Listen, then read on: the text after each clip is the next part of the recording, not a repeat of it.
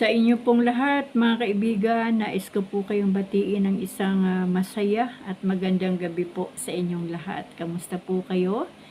Nawa po ay patuloy po nating nararanasan ang kabutihan ng ating Diyos sa ating mga buhay, ganun din po ng ating mga pamilya.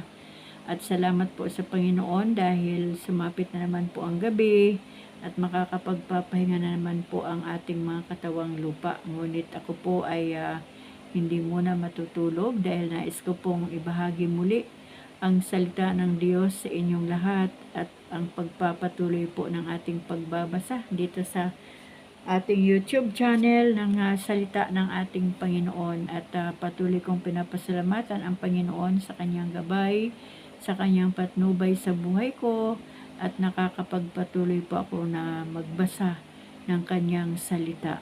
Kaya mga kapatid, mga kaibigan ko, mga kababayan ko, lahat po ng nakakarinig ng aking pagbabasa ng salita ng Diyos dito po sa Really Mix Stories sa ating YouTube channel, muli ko po kayong inaanyayahan mga kaibigan na makiisa o makisabay sa salita ng Diyos kung kayo po ay may panahon na o oras na magbasa at makinig ay inaanyayahan ko po kayong lahat. Kaya muli, salamat sa ating Panginoon at sa Banal na Espiritu Santo na siya pong nagpapaunawa sa atin ang salita ng Diyos na ating binabasa. Kaya mga kaibigan, sisimulan ko na po ang Isaiah chapter 63. Sabi po dito sa Isaiah chapter 63, ang title po nito, ang tagumpay ni Yahweh. Sino itong dumarating na buhat sa lungsod ng Busra ng Edom? Sino itong maringal sa pulang kasuotan na larawan ng lakas at kapangyarihan? Ito ay si Yahweh na may kapangyarihang magligtas. Pumaparito siya upang ipahayag ang kanyang tagumpay. Bakit pula ang kanyang suot tulad ng damit na nagpipisa ng ubas? Ang sagot ni Yahweh, itong mga bansa ay tulad sa ubas na aking pinisa. Nag-iisa akong ito ay ginawa sa tindi ng galit ko. Niligis ko sila, dugo ay lumabas, kaya ang damit ko sa dugo'y natigmak. Dumating na ang araw upang ang bayan ko'y aking iligtas at parusahan ang kanyang mga kaaway. Ako'y naghanap ng makakatulong, ngunit walang nakita kahit isa. Dahil dito, ako'y nagtaka. Ang matindi kong galit ay nagbigay ng lakas sa akin, kaya ako'y nag-iisa sa aking tagumpay. Sa tindi ng galit ay dinurog ko ang mga bansa, ang dugo nila'y aking ibinubo sa lupa. Ang kabutihan ni Yahweh sa Israel. Aking babanggitin ang pag-ibig ng Diyos na di nagmamaliw at ang pagpupuri na ukol kay Yahweh ay sasariwain. Ang lahat ng bagay na kanyang ginawang kaloob sa atin at ang kabutihang kanyang ginawa sa bayang Israel, ang lahat ng bagay na kanyang ginawang bunga ng pag-ibig. Sinabi ni Yahweh, sila ang lingkod ko na aking hinirang, kaya naman ako'y di pagtataksilan. Ang mga lingkod ko'y aking ililigtas sa kapahamakat mga kahirapan. Hindi isang anghel kung hindi si Yahweh mismo ang nagligtas. Iniligtas sila dahil sa pag-ibig niya at pagkahabag. Sa mulat mula pa ay ipinamamalas. Sa kabila nito, sila'y naghimagsik at nangagkasala, at ang espiritu ay nalumbay, at dahil doon sila'y naging kaaway ni Yahweh. Nagunita nila ang panahon ni Moises na lingkod ni Yahweh. Ang tanong nila, nasaan si Yahweh na nagligtas sa mga pinuno ng kanyang bayan nang sila'y tumawid sa dagat ng tambo? Nasaan si Yahweh na nagbigay ng espiritu kay Moises? Sa ngalan ni Yahweh, hinawi ni Moises ang tubig ng dagat, kaya ang Israel doon ay naligtas. Kaya ang pangalan niya ay walang hanggang nabantog sa lahat. Natawid nga nila sa tulong ni Yahweh ang karagatan. Animoy kabayong matatag, tumakbo sa gitna ng ilang. Kung paanong ang kawan ay dinadala sa sariwang pastulan, gayon dinulutan ni Yahweh ng kapahingahan ang kanyang bayan. Pinatnubayan niya ang kanyang bayan at siya ay pinarangalan. Dalangin para kahabagan. Magmula sa langit, tunghayan mo kami at iyong pagmasdan. Mula sa trono mong dakila at banal, saan ba naroon ang malasakit mo at kapangyarihan? Huwag mong ipagkait ang habag mo kami kaawaan. Kung walang nagawa sa amin si Jacob at nunong Abraham, ikaw lamang Yahweh ang aming pag-asa at amang aasahan. Tanging ikaw lamang yung nagliligtas nitong aming buhay. Bakit ba, O Yahweh, kami tinulutang maligaw ng landas at ang puso namin iyong binayaan na maging matigas? Balikan mo kami, iyong kaawaan ang mga lingkod mo na tanging iyo lamang. Sandaling panahong kami na bayan mong banal ay itinaboy ng mga kaaway. Winasak nila ang iyong templo, ang aming sinapit, ang nakakatulad ay mga nilalang na di nakaranas ng iyong pagharian, parang di tinawag sa iyong pangalan. Chapter 64. Buksan mo ang langit at ikay bumaba sa mundong ibabaw, at ang mga bundok kapag nakita kay magsisipangatal. Sila'y manginginig, animo ay tubig na kumukulo, ipamalas mo sa mga kaaway ang iyong kapangyarihan, magsisipanginig sila sa iyong harapan. Minsay gumawa ka ng isang bagay na nakahihindik, kami nagulantang nanginig sa takot, pati mga bundok wala pang narinig na Diyos na tulad mo. Wala pang nakita ang sinumang tao pagkat ikaw lamang ang Diyos na tumulong sa mga lingkod mo na buong tiwalang nanalig sa iyo. Iyong tinatanggap ang nagsisikap sa mabuting gawa at ang iyong aral sa mga tuntunin ang ginugunita. Nagagalit ka na tuloy pa rin kami sa pagkakasala, ang ginawa namin talagang masama buhat pa ng una. Ang lahat sa amin pawang nagkasala, ang aming katulad kahit anong gawin ay duming di hamak. Ang nakakawangki ng sinapit namin mga dahong lagas sa simoy ng hangi, tinatangay ito at ipinapadpad. Wala kahit isang dumulog sa iyo upang dumalangin. Wala kahit isang lumapit sa iyo na tulong ay hingin. Kaya naman dahil sa aming salay, hindi mo kami pinansin. Gayunman, O Yahweh, aming nalalamang ikay aming Ama. Kami parang luwad at ikaw ang magpapalayok. Ikaw ang lumikha sa amin, O Yahweh, at wala ng iba. Kaya nga huwag mong lulubusin ang galit sa amin, dahilan sa aming mga pagsalansang, kami patawarin. Kahabagan mo kaming mga lingkod mo, kami ay lingapin, ang mga banal na lungsod mo'y nagmistulang ilang, pati Jerusalem. Ang banal na lungsod ay naging mapanglaw.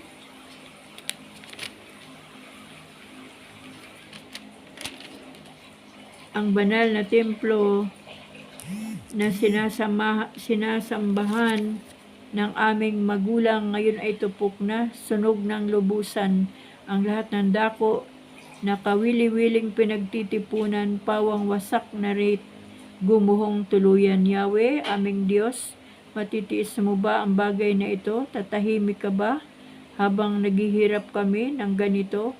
Chapter 65, Parusa sa pagmamatigas. Sinabi ni Yahweh, ako'y nahahandang ang bayan ko'y dinggin. Ngunit ayaw nilang tumawag sa akin. Naririto ako't laging naghihintay na sila'y tanggapin, ngunit ayaw nilang lumapit sa akin. Sa buong maghapoy laging nakaunat siya ring mga kamay at handang tanggapin ang bayan kong hirang. Bayang na humaling sa gawang masama't mga likong asal at ang sinusunod bawat maibigan. Tinitikis nilang ako ay galitin, nilalapastangan, naghahanog sila sa mga sagradong hardin, sa mga altar ng napagano'y nagsusunog sila ng piling kamanyang. Pagsabit ng gabi, pumupunta sila sa mga libingan. Ang sinasangguni mga espiritu ng mga namatay, sila'y kumakain ng karni ng baboy na karumal-dumal. Ang iniinom ay mga inuming ipinagbabawal.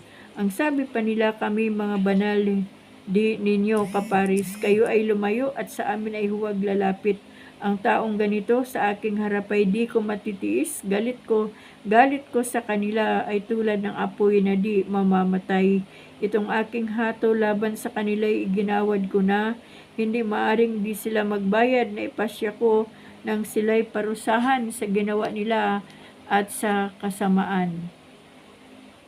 ng kanilang nuno ng panahong una. Sa tuktok ng burol, sila ay nagsusunog ng handog na kamanyang at pati ngalan ko'y nilalapastangan. Kaya naman ngayon, magbabayad sila ng kanilang utang. Wika pa ni Yahweh sa kanyang bayan. Hindi sinisira ang mabuting ubas, kinakatas ito upang mapagkunan ang mabuting alak. Ganyan din ang aking gagawin sa bayan kong liyag, ang tapat sa aking ililigtas sa bayang Israel. Pagpapalain ko ang lipi ni Juda, ang lupang mabundok, mamanahin nila. Ang mga hinirang na tapat sa akin ay doon titira, sasambahin ako ng mga lingkod ko. Sila ang aakay sa kawan ng tupa at ng mga baka tungo sa pastulan, sa lambak ng Saron, sa gawing kanluran, at sa lambak Akor, isa ring pastulan sa gawing silangan. Ngunit kung si Yahweh ay inyong itinakwil at pinabayaan, pag inyong nilimot ang bundok ng Sion, ang bundok kong banal, pagsigad at mini na Diyos-Diyosan ang pinaglingkuran, kayo'y mananagot at parurusahan. Nakatakda kayong sa tabak mamamatay, iyan din ang magiging inyong kapalaran, sapagkat nang ako'y tumawag sa inyo'y wala isa mang tumugon at nakinig sa akin. Ang aking nakita na inyong ginaway pawang kasamaan. Kaya nga't ganito ang sabi ni Yahweh, ang mga lingkod ko'y maraming pagkain, samantalang kayo'y aking gugutumin. Ang mga lingkod ko ay paiinumin, ngunit kayo na may aking uuhawin. Ang mga lingkod ko'y pawang kagalakan ang tatamasahin, samantalang kayo'y aking hihiyain. Sa laki ng tuwa ay mag-aawitan niya ring mga lingkod, samantalang kayo'y tataghoy sa hapdi at sama ng loob.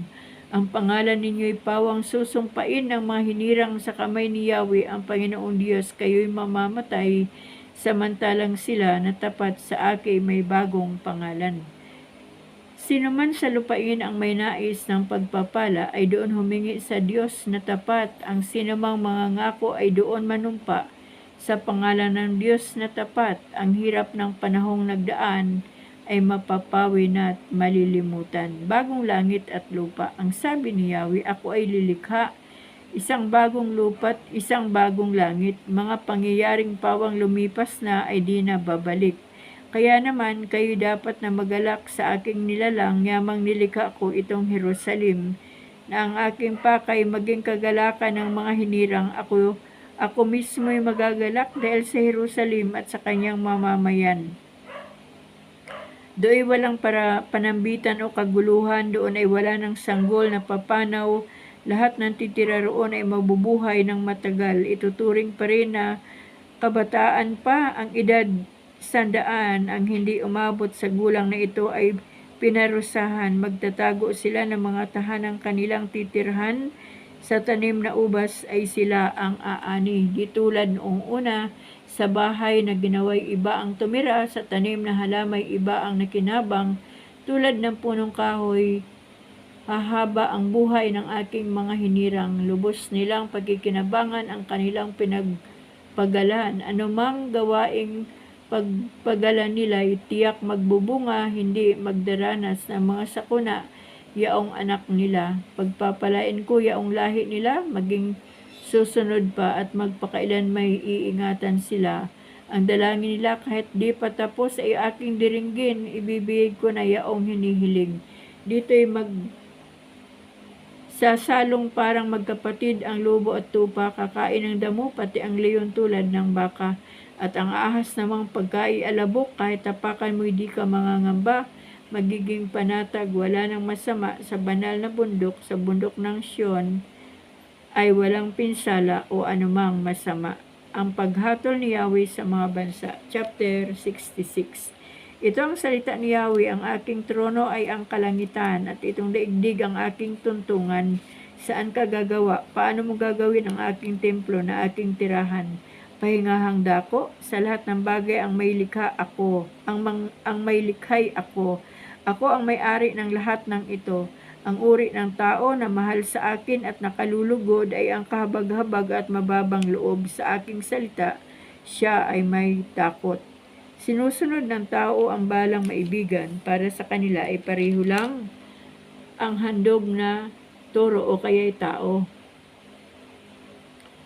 handog na kordero o kaya'y patay na aso, ang handog na butil o dugo ng baboy, ang pagsusunog ng kamanyang o ang pagdarasal sa Diyos-Diyusan, kagalakan nila ang maling pagsamba. Dahil dito, ipararanas ko sa kanila ang kapahamakang kinatatakutan nila. Pagkat nang ako'y tumawag ay walang tumugon kahit na isa, ginusto pa nila ang gumawa ng masama kaysa sumunod sa akin.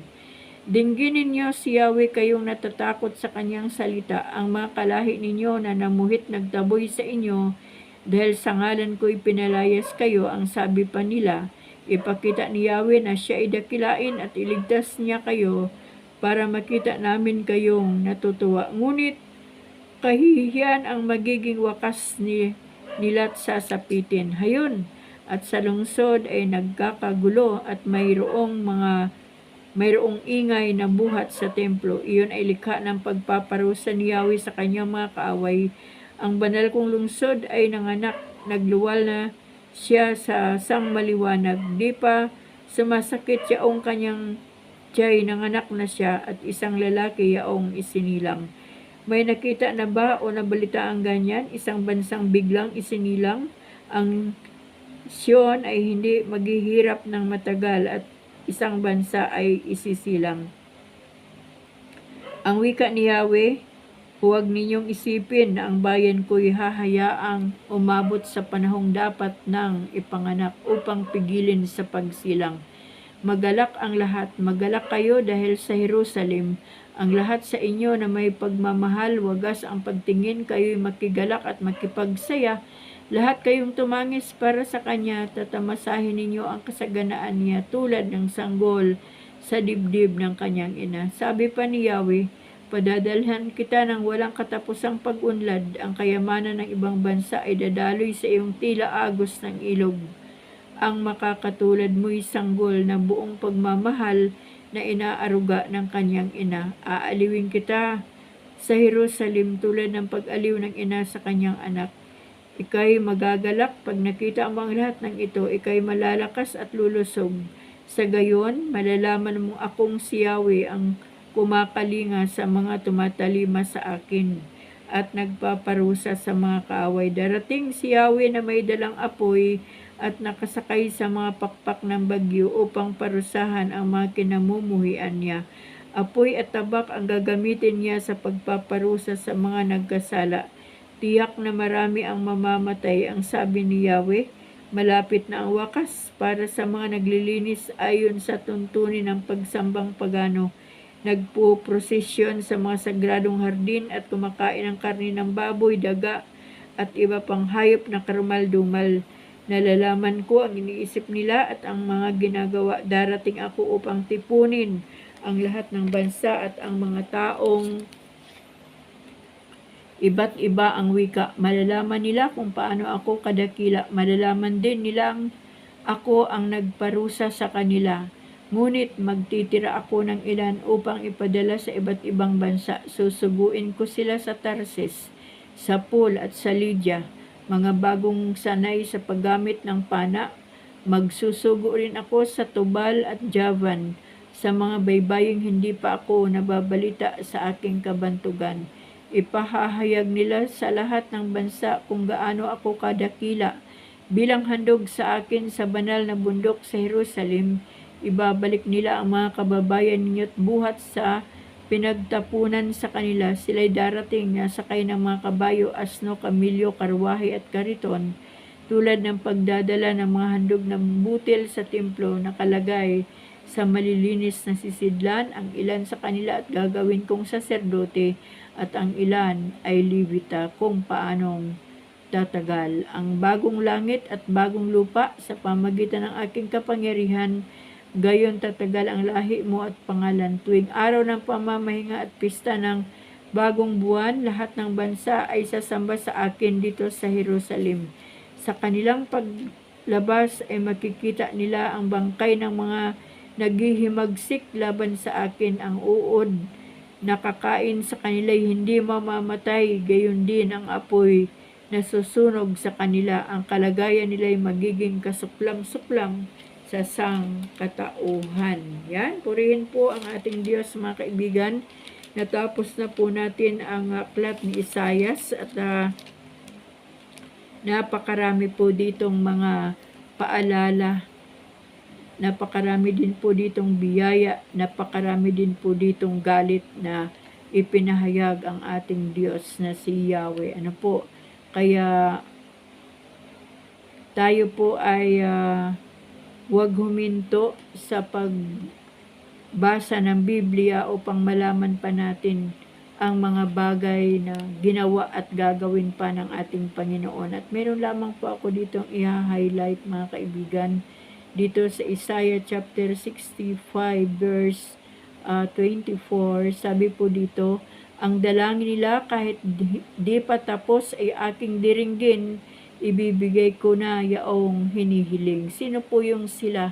Sila po yung mga tao na nanumbalik sa Panginoon at talagang sumunod na sa Panginoon at hindi na po bumalik doon sa buhay ng kasalanan o buhay ng kamalian. Ano po, nakakatuwa po kasi sinabi po dito ng Panginoon na ang dalangin nila kahit hindi pa tapos ay aking diringgin, ibibigay ko na yaong hinihiling. So yun po ang isang biyaya ng Diyos sa mga anak niya at tayo po ang isa doon ng mga anak ng ating Panginoon na talagang mayroong tunay na pananampalataya sa Diyos, nagsusumikap na mabuhay ng ayon sa kalooban ng Diyos, may tamang relasyon sa Panginoon. Ano po? At talagang ang Diyos po ay sobrang napakabait, napakabuti na dahil po sa ating mga nagawang kasalanan, araw-araw tayo po ay nagkakamali, nagkakasala pa rin sa isip, sa salita at gawa. Kaya ang Diyos po ay ganun kabuti kapag tayo po ay humingi ng tawad ng may katotohanan sa ating puso. Ang Diyos po ay handang magpatawad at ito po yung mga reward ng Panginoon sa kanyang mga anak na bago man po natin matapos ang ating mga dalangin ay ipagkakaloob na ng Diyos ang ating inihiling. Dahil alam po ng Panginoon kung ano ang laman ng ating puso at kung ano ang laman ng ating isipan at kung ano ang ating mga pangailangan o ang ating mga kalagayan sa buhay o mga sitwasyon. Ano po. Kaya mga kaibigan, maraming salamat sa ating Diyos sa kanyang salita dahil marami po tayong natututunan, marami po tayong nalalaman at marami din po tayong takot na mararamdaman kapag nagpapahayag na ang Diyos ng kanyang galit. Ano po. Ngunit salamat pa rin sa dakilang pag-ibig ng Panginoon dahil kahit gaano man katindi na ang kanyang puot o galit, pero naroon pa rin ang kanyang pag-ibig at handa pa rin magpatawad ng ating mga kasalanan. Kaya mga kaibigan, patuloy po nating pasalamatan lagi ang ating Panginoon at huwag po tayong mawala sa diwa ng pananalangin at huwag din pong mawala ang pagbabasa natin ng salita ng Diyos dahil ito po ang pinakamahalaga. Dahil ang pakikinig at pagbabasa ng salita ng Diyos ay ito po ang ating kaparaanan o kaparaanan ng Diyos na binigay sa atin para lumago ang ating pananampalataya o pananalig sa Kanya. So, yun lang mga kaibigan. Tayo po ay na-excite na naman dahil tapos na naman po ang aklat ng Isaias at bukas po loobin ng Panginoon ay magsisimula na po tayo sa aklat ni Jeremias o Jeremiah. Ano po, napakabuti po ng ating Diyos dahil nakarating na po tayo dito po sa aklat ni Jeremiah. Kumbaga nasa page 721 na po tayo. Ayan, purihin po ang Panginoon.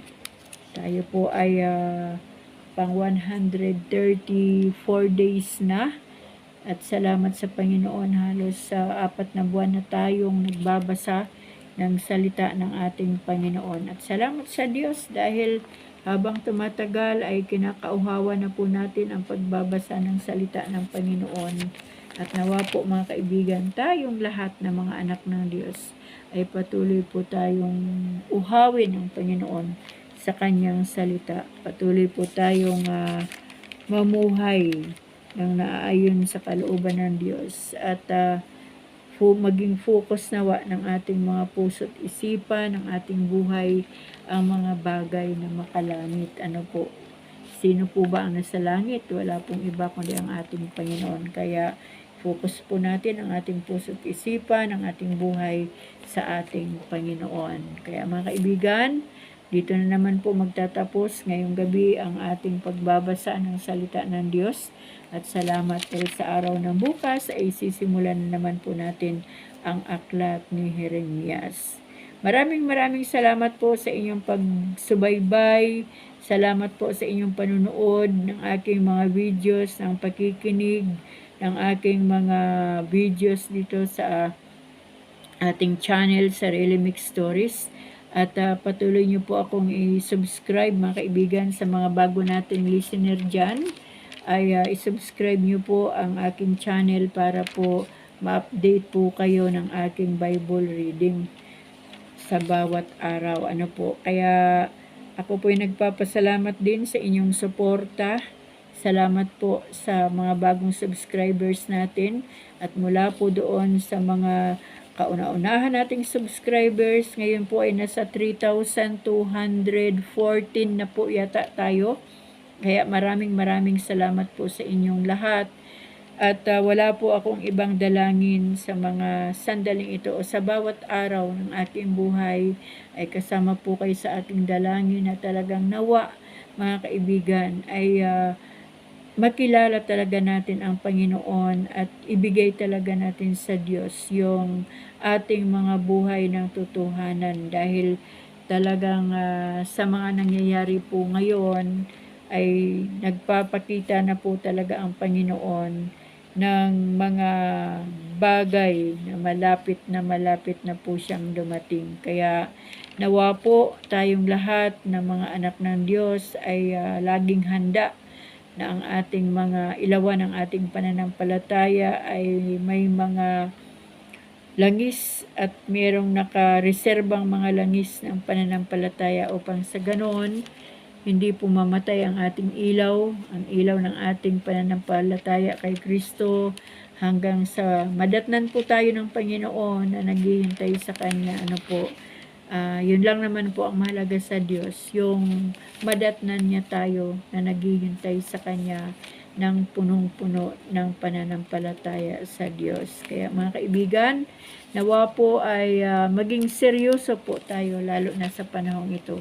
Nakikita naman po natin sa mga news, ano po, kung ano na po ang nangyayari sa iba't ibang panig ng mundo, ano po.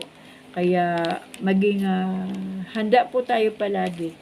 Maging handa po tayo palagi. Higit po sa lahat yung paghahanda ng ating espiritual na pamumuhay at pananampalataya natin sa Diyos. Kaya mga kaibigan, dito po muna natin tapusin ang ating Bible reading ngayong gabi. At ang dalangin po ng ating puso palagi ay patuloy po tayong pagpalain ng Diyos.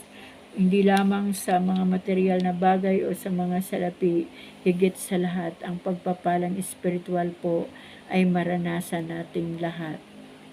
Pagpalain po ng Diyos ang ating mga buhay, ganon din ang ating buong sambahayan. At nawa ang kaligtasan na ipinangako ng Diyos at buhay na walang hanggan ay atin po makamtan lahat. In Jesus' name, Amen.